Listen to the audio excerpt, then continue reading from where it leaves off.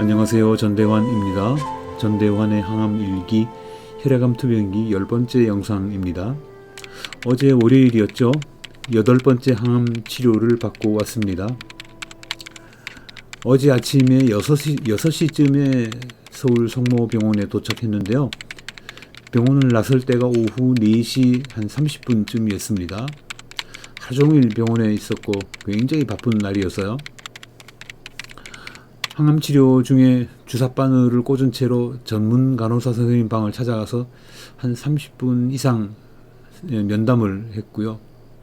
항암치료를 마친 다음에는 정신건강의학과 진료를 받았습니다. 제가 최근 수년 동안 도통 잠을 못 잔다고 그랬잖아요. 이 말이 그냥 잠을 못 자는 거지 실제 이 겪는 입장에서는 엄청난 고통입니다. 정신과 선생님께서 하시는 말씀이 그렇다면 강제로라도 잠을 자게 해주는 것이 몸에 유익하다 그러시는 거예요. 그래서 잠을 잘 수 있도록 해주는 약을 처방해 주셨습니다. 그래서 어젯밤에 먹었죠. 그랬더니 한 서너 시간 이상을 푹 잤어요. 오늘 아침 컨디션은 그런대로 괜찮은 편이었습니다. 그리고 마지막으로 피부과에 가서 진료를 받고 광선 치료를 다시 시작했습니다. 이건 뭐냐면 얼굴에 글쎄요 지금 화면에 보이시는지 모르지만은 얼굴에 이 시꺼멓게 먹구름이 끼어 있는 것 같은 그런 현상이 있거든요. 그걸 완화시켜 준다고 하는 건데 전에 두어 달 이 치료를 받았는데 그 결과는 아직 완전하지는 않지만 확실히 효과가 있기는 한 것으로 보입니다. 이렇게 어제까지의 결과는 그렇고요. 이 시간에는 지난 영상에서 예고해 드린 대로 정보통 할머니 이야기를 잠깐 하겠습니다. 정보통 할머니.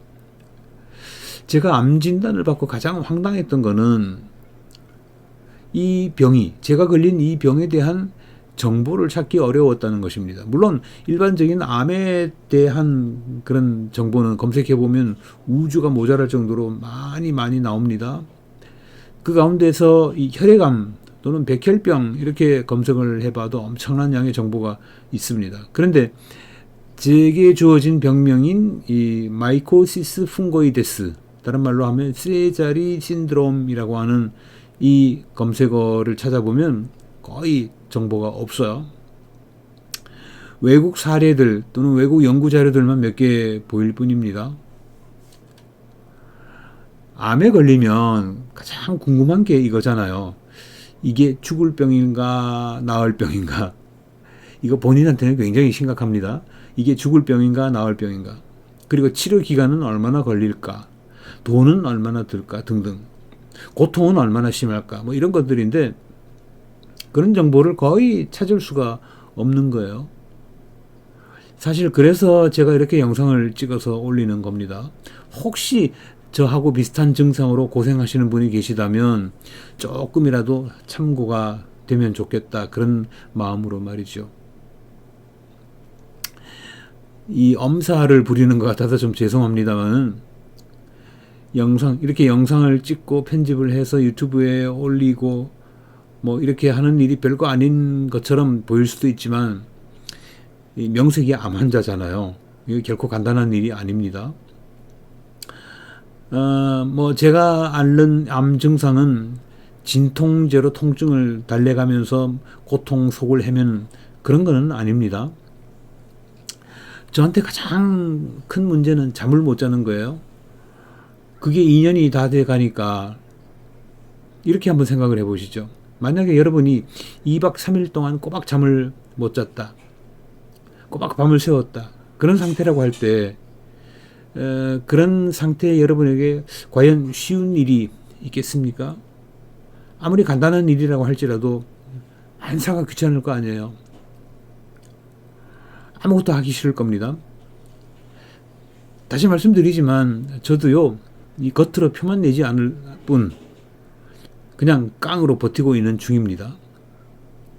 제가 왜 이런 말씀을 드리는가 하면 뭐 겉으로 표시가 잘 안 나는지는 모르죠. 매주일 설교 준비를 해서 예배를 인도하고 일주일에 유튜브 영상 2개씩 올리고 이렇게 하니까 제가 암 환자인 줄 순간적으로 잊어버리는 분들이 가끔 있는 것 같아요. 뭐 흔한 일은 아니지만 심지어는 뭐 저한테 작곡을 부탁하는 분도 계시고요. 책을 주시면서 서평을 부탁하는 분도 있습니다. 다시 말씀드리지만 저는 요즘요 아주 근근히 겨우겨우 일상을 유지하고 있습니다. 책이요 못 읽어요. 음악 못 만듭니다. 제가 암 환자라고 그랬잖아요. 그래서 죄송합니다. 사실은 제가 몸이 안 좋아서 지금은 힘들고요.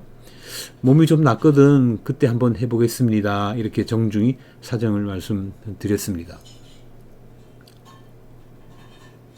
벌써 오래전에 시민사회단체 활동 다 접었고요. 뭐 각종 단체 뭐 대표고 이사고 하는 직책 다 내려놓았습니다. 노회에서 맡은 직책도 다 사임한 상태고요. 그렇다고 오해하지는 마십시오. 환자라고 특별 대우해달라는 건 아닙니다. 그냥 그렇구나 이 정도로 생각해 주시고 이해까지 해주시면 고맙겠습니다. 정보통 할머니 이야기 한다고 해놓고서는 다른 데로 좀 새버렸는데요. 서울에 항암치료 다니면서 많은 분들을 만나게 되는데요. 어느 날 치료실 앞에서 대기하던 중에 한 할머니를 만났습니다. 근데 제가 지금 할머니라고 했습니다만은 본인에게 좀 신뢰가 되지 않을지 모르겠어요. 그렇게 할머니처럼 보이지는 않았는데 어쨌든 본인 말로 그분이 제 아내에게 먼저 말을 걸었는데 자기는 77살이래요. 77살. 거의 80노인에 가까운데 전혀 그렇게 보이지는 않았습니다. 목소리도 쌩쌩했고요. 지금 항암 치료를 받는다고 그랬습니다. 집은 대구고요. 그래서 서울에 있는 아들 집에서 임시로 살면서 일주일에 3번씩 항암 치료를, 통원 치료를 받는다고 합니다. 그분도요, 3개월 예정으로, 저랑 똑같이 36회, 3개월 예정으로 항암 치료를 시작을 했는데 벌써 6개월이 다 됐대요. 근데 아직 끝나지 않았고, 이제야 며칠 있으면 끝난다고 합니다. 그러면서 자기 휴대폰 번호를 제 아내한테 적어주면서요. 궁금한 일이 있으면 언제든지 전화해서 물어보라고 그랬습니다. 이게 요즘 같은 세상에 개인정보 중요하잖아요. 자기 번호를 남한테 이렇게 알려주는 건 쉽지 않은 일인데 더군다나 생명부지 처음 보는 사람이잖아요. 그야말로 오다 가다 만난 사람인데. 자, 어쨌든 3개월을 예정하고 치료를 하는데 어째서 6개월이나 가게 됐는가 궁금하지 않습니까? 그래서 제 아내가 그분에게 전화를 했죠. 그랬더니 정말 친절하게 전화를 받으면서 설명해 주셨습니다. 처음에는 공휴일이 끼어 있어서 며칠 늦어졌고요. 여름 휴가철에는 병원 직원들 휴가 가는 사람들이 많아서 또 늦어졌다고 그래요. 뭐 거기까지는 그렇다고 치고 이번에는 몸에서 바이러스가 검출됐답니다. 그래서 일단 항암 치료를 중단하고 감염내과에 가서 진료를 받으면서 바이러스 치료를 마치고 와서 다시 시작해라. 그러느라고 또 한참 늦어졌답니다. 글쎄요, 저도 조금 전에 전문 간호사 선생님한테 전화가 왔는데 제 피검사 결과로도 보면 이 바이러스 수치가 좀 올라갔대요. 그래서 내일 저도 항암치료실로 가는 게 아니고 감염내과로 그 진료를 받으러 갑니다. 어쨌든 이런 거 있으면 늦어지고요. 그러다가 한 번은 폐렴에 걸렸답니다. 일거리가 많아서 무리하게 몸을 썼더니 그렇게 됐다고 그래요. 그래서 폐렴 치료한다고 또 한참 시간을 보내다 보니까 항암 치료가 그렇게 늦어지게 된 거다. 그런 설명이었습니다.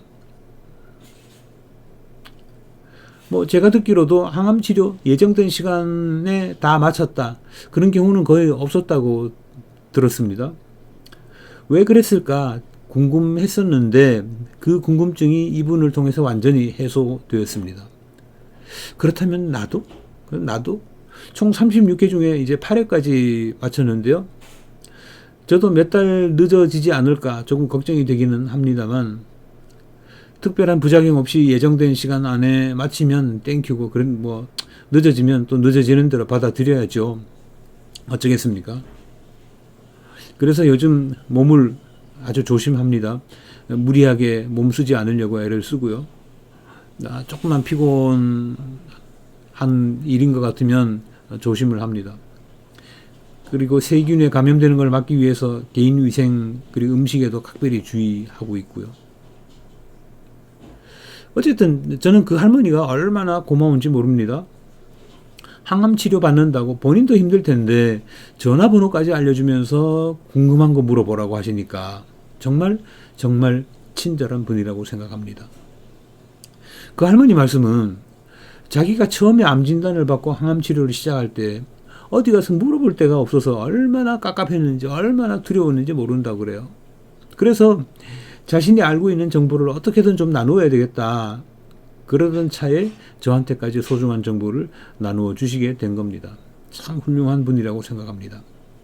속히 완쾌되셔서 이전보다도 더 건강한 삶을 누리시기를 바랍니다. 이분은 정말 남을 배려하는 마음, 그리고 남을 아끼는 마음, 참 두터운 분이라고 생각을 했습니다.